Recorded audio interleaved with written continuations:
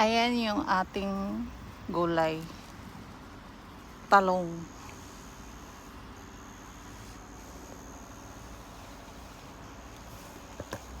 Ayan.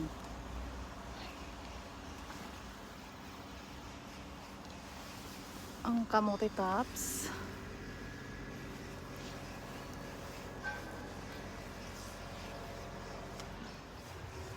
Sa ilalim ng tulay.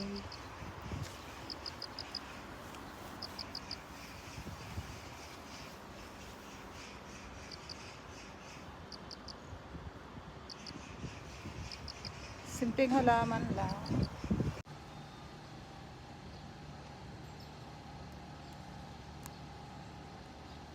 Kuha lang kayo dito guys kung sinong manghingi ng alugbate. Dumami na siya. Gumapang na sa labas ng bakod. Tsaka sa itaas ng bahay.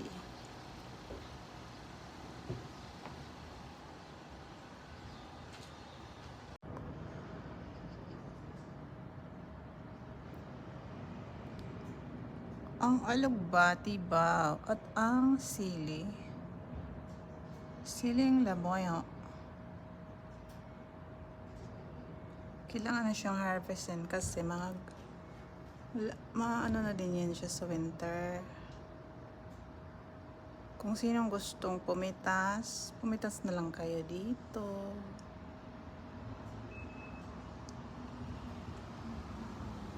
Yan siya.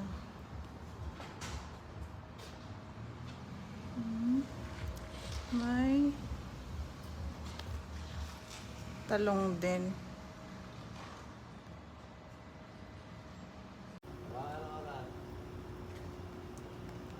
Ayan na yellow na red na yung sili. Oh.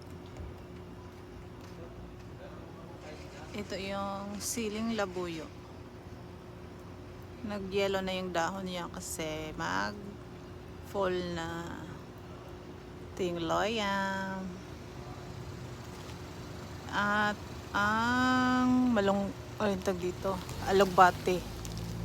Ganyan na siya kahaba. Gumapang doon.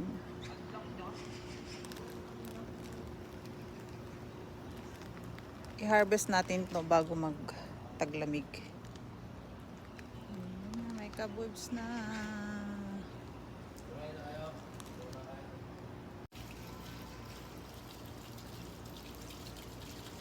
Yan pala yung aking car.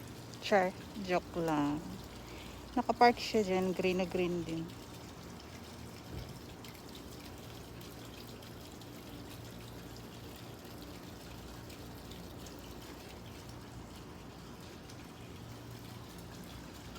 Yan yung aking halaman. Ito yung tinanim ko sa styrofoam. Dumami pala siya.